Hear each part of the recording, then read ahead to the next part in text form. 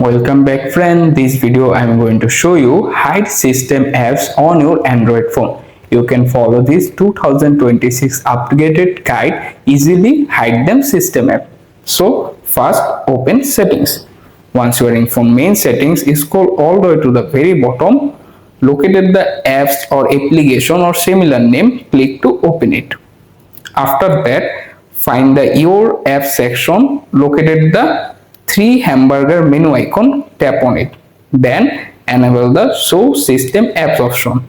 After that, confirm by tapping OK. And you can see all of the system app listed there. You can scroll through the page and find the specific app if you want to hide them. For example, I am hide this app, simply tap on their name to open it. At the very bottom, you can see two options, disable, force stop. You can tap on the disable button, then tap disable app, and you have successfully hide system apps on your Android phone. You can to check it work or not, back to your home screen, open the app door, and this time these apps are not longer there.